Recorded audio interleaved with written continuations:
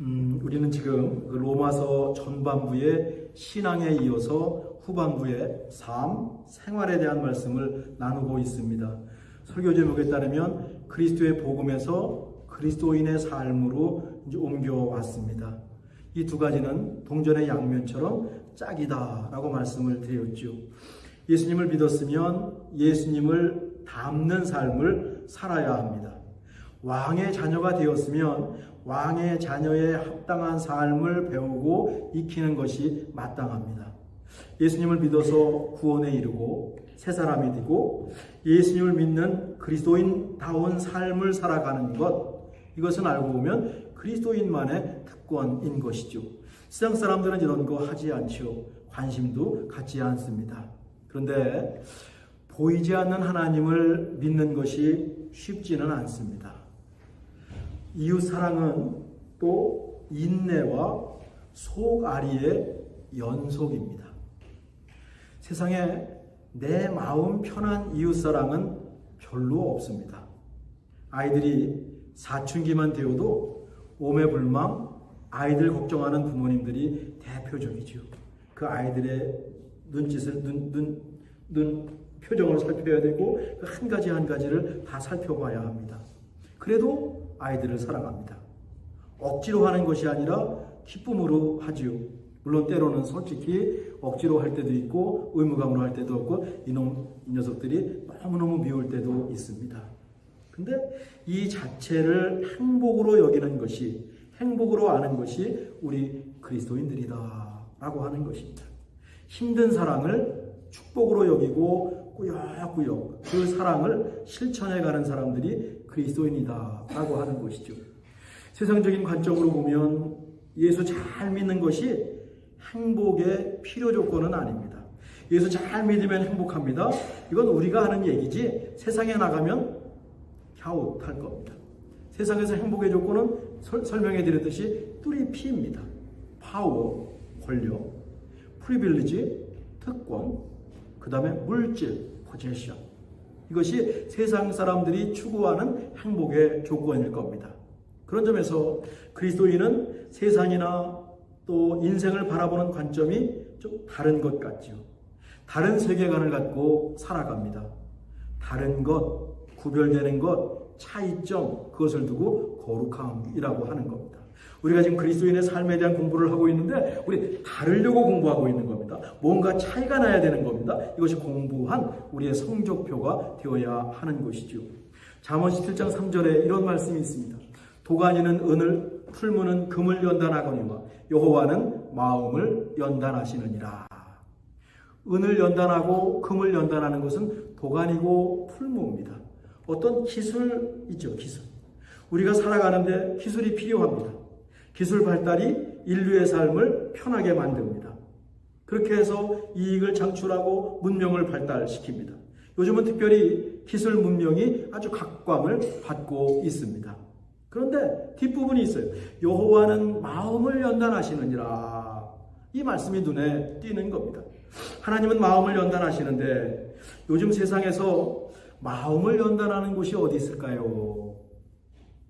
내가 배울 것은 유치원에서 다 배웠습니다라는 글이 있는데 어쩌면 유치원 빼고 대부분의 학교라든가 학원이라든가 대부분의 세상 기관은 기술을 가리키는 것 같아요.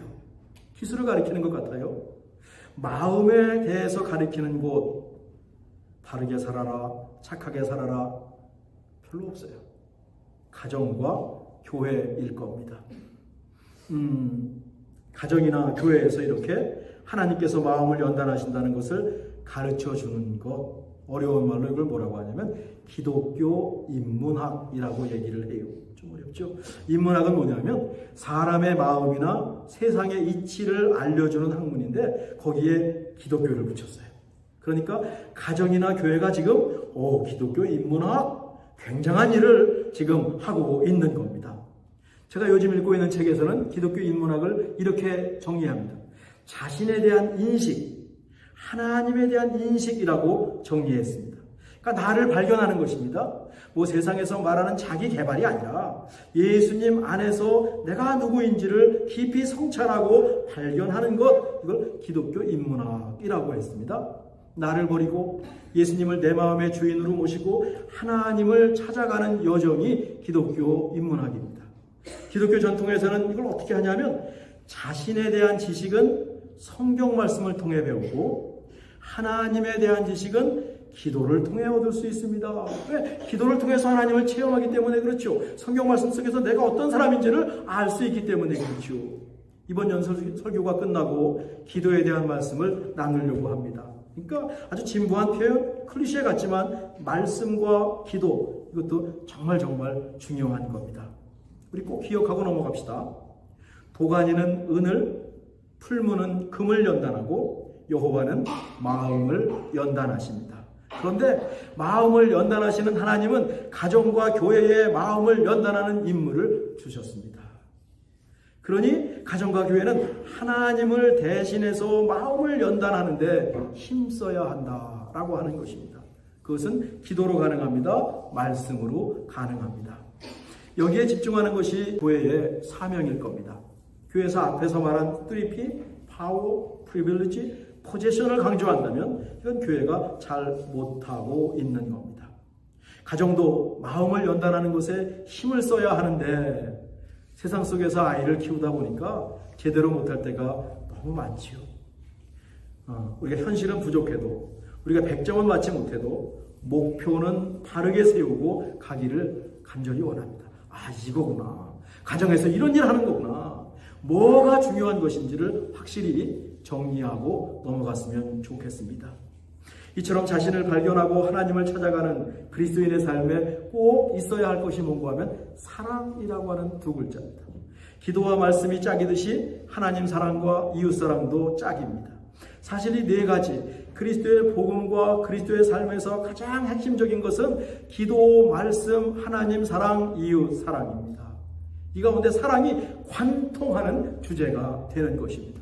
아무리 기도 많이 해도 사랑이 없으면 소용이 없습니다. 아무리 말씀을 읽어도 사랑이 없으면 소용이 없습니다. 하나님 사랑, 이웃 사랑, 이거는 더 말할 것도 없습니다. 여기서 하나님 사랑이라고 하면 아가페를 가리킵니다. 아가페는 하나님께서 외아들 예수 그리스도를 세상에 보내주셨습니다. 세상을 구원하기 위한 하나님 사랑의 실천입니다. 예수님께서 세상을 구하기 위해서 십자가에 죽으셨습니다. 우리를 위해 목숨을 바치셨습니다. 하나님 사랑의 극치 절정입니다. 성령 하나님께서 지금도 우리를 위해서 탄식하면서 기도하고 계십니다. 하나님은 모든 사람을 사랑하십니다. 누구나 하나님께 오면 환영하고 환대하십니다. 잘 왔다. 내가 기다리고 있었다. 라고 맞아주십니다. 오늘 아침에 교회 오셨지 않습니까? 잘 왔다. 내가 너를 기다리고 있었다. 라고 말씀하셨을 것입니다. 누가복음 15장 탕자에 비유해서 끝까지 기다리시고 돌아온 탕자를 맞아주시는 아버지가 바로 하나님이십니다. 우리는 그런 사랑을 받은 사람들입니다.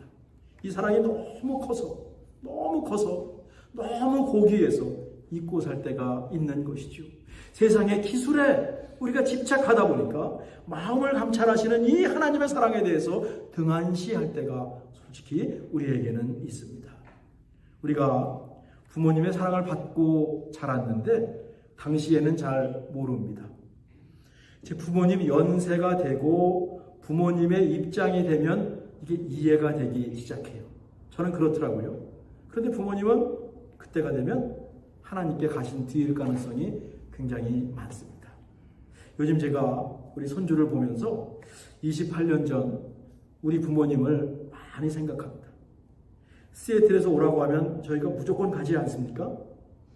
그러니까 아이들이 보내주는 영상이라든가 사진을 보내주면 또 보고 또 봅니다.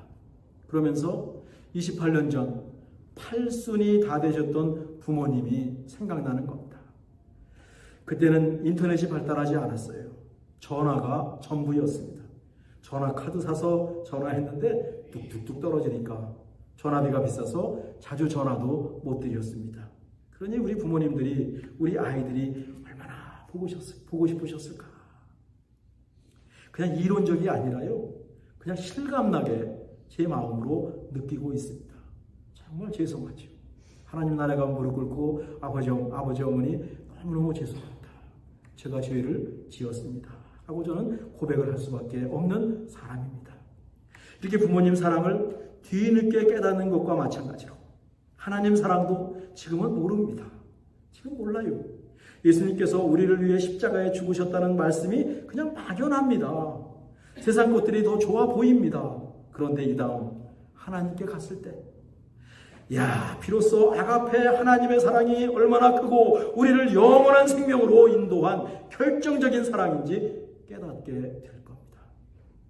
지금 그것을 깨닫고 하나님께 감사하면서 예수님을 따라 사는 것이 성숙이에요. 그게 성령 충만이에요. 기독교 인문학이 추구하는 것은 바로 이런 것을 추구하는 것이죠. 이제 지난주와 마찬가지로 오늘 말씀도 100점 만점, 그러니까 주옥 같은 말씀입니다. 모두 지키기는 어려울 것 같아요. 저는 그래요. 다 못 지킵니다. 대신 목표로 삼고 결승점을 향해서 평생 동안 한번 가보는 거죠. 8절입니다. 우리 한번 읽어보실까요? 피차 사랑의 빛 외에는 아무에게든지 아무 빛도 지지 말라. 남을 사랑하는 자는 율법을 다 이루었느니라. 7절에서 나라에 납부하는 세금 얘기가 나왔거든요. 세금은 나라에 내야 되는 빛이잖아요. 그리고 8절로 넘어오니까 사도 바울은요, 사랑의 빛이라고 하는 놀라운 표현을 여기서 만들어냅니다. 성경이 얼마나 오묘하고 신비합니까? 자세히 읽으셔야 됩니다. 구약 성경에 의하면 빛을 지면 안 됩니다. 가능하면 성실하게 살아야 됩니다. 또 그때는 그런 사회였죠. 채권자가 되면 채무자한테 이자를 받으면 안 됩니다. 자본주의와 조금 다르죠. 빛을 갚지 못하면 그 사람을 종으로 삼을 수는 있습니다. 근데 50년째 돼가지고 신년이 되면 그냥 그 사람을 풀어주어야 합니다. 그래서 스펄전 같은 목사님은 이런 말씀을 문자 그대로 받아들이셔서 기독교인은 빚을 져서는 안 된다라고 하셨습니다. 그리고 그렇게 사셨대요. 빚 없이 사셨답니다. 요즘은 어떻습니까? 미국에서 빚이 없는 사람이 있을까요? 크레딧 카드도 결국 빚으로 물건을 사는 겁니다. 자동차도 집도 빚을 안고 삽니다. 아이들은 학자금 대출을 받습니다. 미국은 그냥 보니까 빚을 내서 살아가는 나라입니다. 그러다 보니까 나라 빚도 지금 천문학적으로 늘고 있습니다. 어떤 때는 우리가 성경 말씀을 그대로 적용해서 좀 지나친 빚은 지지 말아야 되겠다라고 하는 경각심도 갖게 되죠. 그런데 아무리 커져도 문제가 없는 빚이 있어요. 빚을 지는 사람이나 빚을 베푸는 사람이나 이 빚은 그냥 무한대입니다. 늘어나는 것을 걱정할 필요가 없습니다. 리밋, 한도가 없습니다. 아니, 늘어날수록 좋습니다. 바로 사랑의 빚이라고 하는 것이지요. 서로 베푸는 사랑, 서로에게 빚을 지고 갚는 사랑입니다. 제가 자주 쓰는 천국과 지옥 비유가 여기에 해당할 것 같습니다. 천국과 지옥의 젓가락은 아주 전봇대처럼 길다고 해요. 그러니 내 젓가락으로 내가 음식을 먹을 수가 없습니다. 지옥에 가니까 앞에 있는 차려에 있는 음식을 놓고 그 긴 젓가락으로 먹으려고 애쓰는데 입으로 들어갑니까? 다 뒤로 가죠. 절리 가죠. 그래서 하나도 못 먹어서 영양실조에 걸릴 정도고 그 바닥에는 음식물 쓰레기로 가득 차 있더라 하는 곳입니다. 천국에 가니까 아주 사람들이 건강합니다. 알고 보니까 그 긴 젓가락으로 서로 먹여주고 있습니다. 그러니 천국이죠. 그러니 천국이죠. 우리가 사는 세상이 이런 천국이 되어야 하는데 말이죠. 오늘 본문에서 말하는 사랑의 빛도 마찬가지입니다. 사랑을 독점하려는 것은 사도 바울이 말하는 사랑의 빛이 아닙니다. 피차라는 말이 중요합니다. 서로 주고받는 이웃사랑입니다. 한 걸음 더 나가면 받을 생각을 하지 않고 그냥 베푸는 사랑입니다. 이게 기독교인의 사랑이거든요. 하나님이 그러셨거든요. 예수님이 그러셨거든요. 우리 이런 사랑 많이 받았거든요. 우리들의 사랑 주머니가 있다면 받은 사랑보다 베푼 사랑이 더 많아야 정상입니다. 우리 사랑 주머니에 마이너스가 많으면 많을수록 내가 잘 살고 있다라고 하는 것입니다. 이렇게 서로 사랑하면 십계명을 비롯한 모든 율법을 완성하는 것이라고 했습니다. 9절과 10절인데 제가 읽을게요. 10계명이죠. 간음하지 말라, 살인하지 말라, 도둑질하지 말라, 탐내지 말라 한 것과 그 위에 다른 계명이 있을지라도 내 이웃을 내 자신과 같이 사랑하라 하신 그 말씀 가운데 다 들었느니라. 로마서 12장부터 시작한 그리스도인의 삶에 대한 말씀은 하나님을 사랑하는 예배, 교회를 세우는 섬김, 세상을 향한 사랑으로 이어졌고, 마지막에 그러므로 사랑은 모든 율법의 완성이니라는 말씀으로 막을 내립니다. 이 주옥 같은 말씀을 관통하는 단어가 그냥 사랑이라고 하는 겁니다. 그리고 11절, 14절로 가면요, 사랑의 삶을 살아야 되는 이유를 알려줍니다. 예수님이 오실 때가 가까워졌기 때문에 그렇습니다. 우리 그리스도인들은 언제나 예수님이 오실 것을 준비하며 살아갑니다. 의식하며 살아갑니다. 이것을 종말론적인 신앙, 종말론적인 삶이라고 말합니다. 우린 예수님이 언제 오실지 모릅니다. 근데 아주 100%, 아니 200% 분명한 사실이 하나 있습니다. 우리가 처음 믿을 때보다 예수님이 오실 때가 가까워지고 있습니다. 11절입니다. 또한 너희가 이 시기를 알거니와 자다가 깰 때가 벌써 되었으니 이는 이제 우리 구원이 처음 믿을 때보다 가까웠습니다. 우리가 예수님께 갈 날이 가까웠습니다. 우리 아이들 있잖아요. 이 아이들도 예수님께 갈 날이 가까웠습니다. 예수님께 갈 날부터 멀어지는 인간은 세상에 한 명도 없습니다. 오늘 태어난 사람도 내일 되면 예수님께 갈 날이 가까워졌습니다. 물론 예수님이 다시 오실 날도 가까워지고 있습니다. 그러니 웨이크업, 깨어라 라고 하는 말씀입니다. 그리고 어둠의 옷을 벗고 빛의 갑옷을 입어야 된다. 에베소서 6장의 전신갑주가 생각나죠. 이 밖에도 성경에서는 예수 믿는 것을 그리스도의 옷을 입는 것으로 표현하는 경우가 꽤 많습니다. 그래서 더러운 옷을 벗고 새로운 옷을 입어라 라는 것을 예수님을 믿고 그리스도인이 되는 것이라고 설명해요. 그리스도로 옷 입으라 라고 하는 것입니다. 그렇습니다. 우선 더러운 옷을 벗어버려야죠. 덧입으면 안 되지요. 옷만 가리키는 것이 아닙니다. 우리 주변에 더러운 것 있습니까? 불필요한 것 있습니까? 너저분한 것 있습니까? 클린업, 정리해야 합니다. 이 세상을 본받지 말고 오직 하나님의 선하시고 기뻐하시고 온전한 뜻을 분별하고 우리의 삶을 정리정돈해야 됩니다. 잠깐 생각해 봅시다. 지금 바로 예수님이 오신다면 우리가 무엇을 예수님 앞에 펼쳐 보일까요? 우리 이 생각 순간순간 해야 돼요. 예수님께 가실 때가 더 가까워지는 저 같은 사람도 더 이런 생각을 더 많이 하고 살아야 돼요. 왜? 앞으로 이걸 메이크업 할 수 있는 기회가 시간이 별로 많지 않거든요. 지난 한 주간 동안 시간과 에너지를 많이 쏟고 살았는데 그것들이 예수님께 드릴 귀중한 그 무엇이었는지요. 예. 물론 여러분들이 세상에 살다가 만든 열매도 있습니다. 광업도 있습니다. 이것도 다 예수님께 드릴 거룩한 산제사입니다. 우리가 하는 일, 우리의 모든 삶이 제사가 되어야 마땅합니다.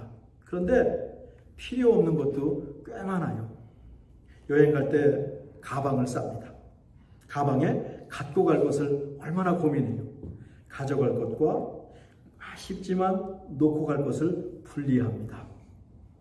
우리가 만약 이 세상을 정리하고 하나님 나라로 여행 간다면 가져갈 것이 무엇일까요? 놓고 갈 것은 또 무엇일까요? 꼭 챙겨야 되는 필수 아이템은 우리가 하나님께 드린 예배, 이거 하나님 사랑이거든요. 서로 주고받았던 이웃 사랑, 그리고 예수님의 십자가 든든히 붙잡고 하나님께 가는 겁니다. 13절과 14절입니다. 낮에와 같이 단정하게 행하고 방탕하거나 술 취하지 말며 음란하거나 허색하지 말며 다투거나 시지하지 말고 오직 주 예수 그리스도로 옷 입고 정욕을 위하여 육신의 일을 도모하지 말라. 이렇게 그리스도로 옷 입고 육신의 일을 도모하지 않는 것이 바로 성화 거룩의 길입니다. 예수님께서 다시 오실 것을 생각하면서 웨이크업, 깨어나야 합니다. 단정하게 신앙과 삶을 정리해 놓아야 합니다. 클린업, 그리고 그로업, 예수님을 닮기까지 자라가야 합니다. 이것이 본문이 가르쳐주는 그리스도인의 삶이거든요. 이렇게 살면 자유로울 것 같습니다. 세상 것에 얽매이지 않을 것 같습니다. 뭔가 구별될 것 같습니다. 차이점이 발생할 것 같습니다. 우리를 보고 야, 나도 한번 저렇게 살아보고 싶다. 나도 한번 저렇게 살아보고 싶다는 생각하는 사람들이 세상에 많아질 것 같습니다. 사실 오늘 설교를 장기려 박사님 일화로 마무리하고 싶었는데 시간이 부족했어요. 한국 최초로 간, 리버, 절제술을 성공한 천재 의사이십니다. 가난한 환자를 무료로 치료하신 한국의 슈바이처로 불리는 독실한 기독교인이셨습니다.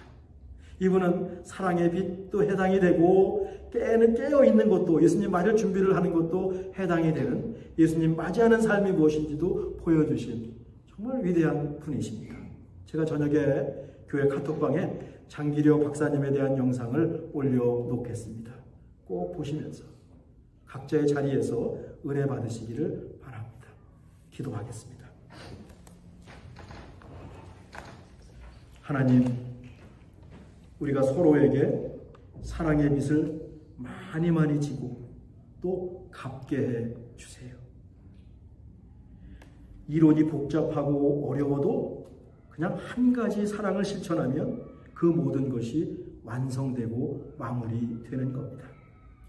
세상 속에서 우리의 삶, 직업을 통해서 하나님을 예배하고 우리가 받은 사랑을 또 이웃과 나누는 아주 멋진, 아주 근사한 구별된 우리 참된 식구들이 다 되게 해 주옵소서. 예수님의 이름으로 기도하옵나이다. 아멘.